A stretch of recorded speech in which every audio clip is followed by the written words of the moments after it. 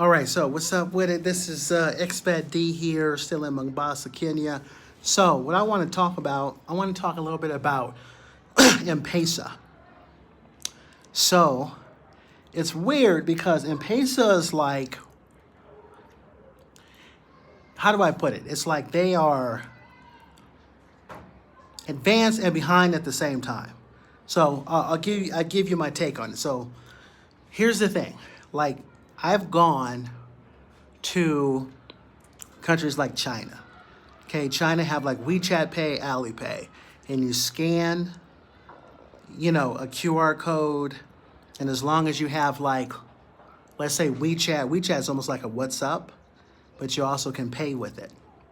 And then you scan it, boom, you pay, and it's good because like everybody except WeChat.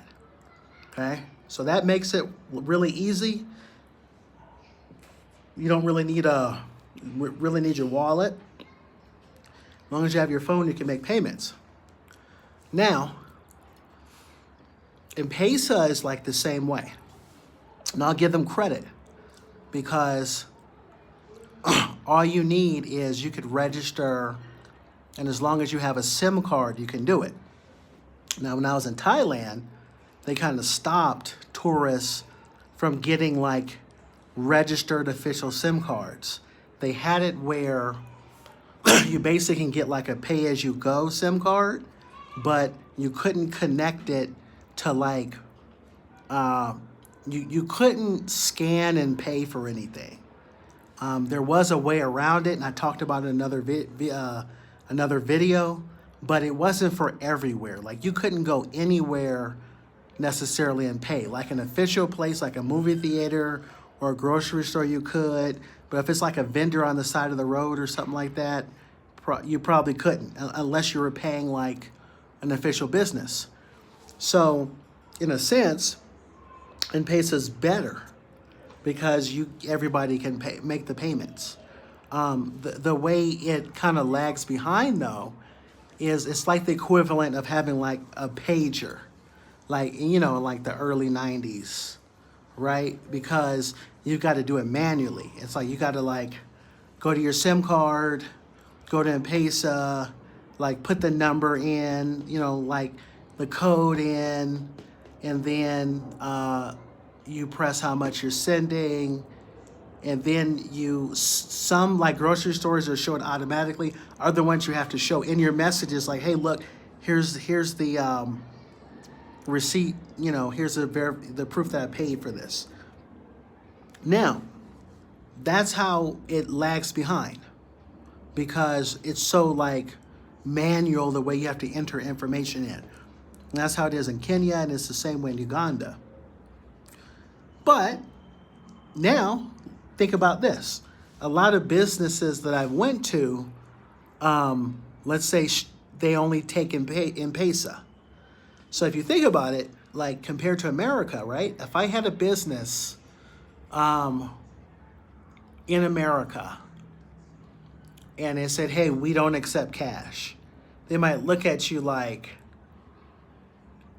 you mean you're not going to take my money, right? So looking at it from a business standpoint, if I had a business and everybody was on board that we're not going to use cash, then I don't have to worry about employee theft to the same magnitude.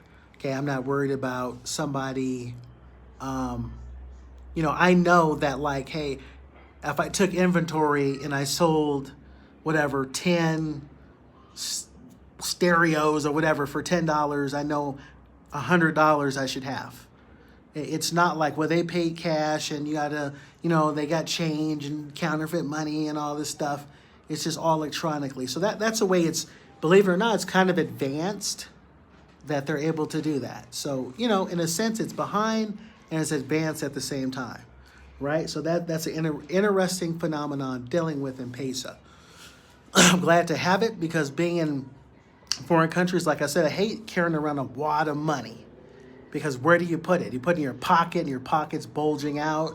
The minute like I feel like when you open up your wallet sometimes in a foreign country, people are like looking in like, no, like sometimes, man, I'll try to pay for something. Someone damn near put their hand in my wallet. I was like, hey, dude, like I count myself, right? Don't be all up in my money.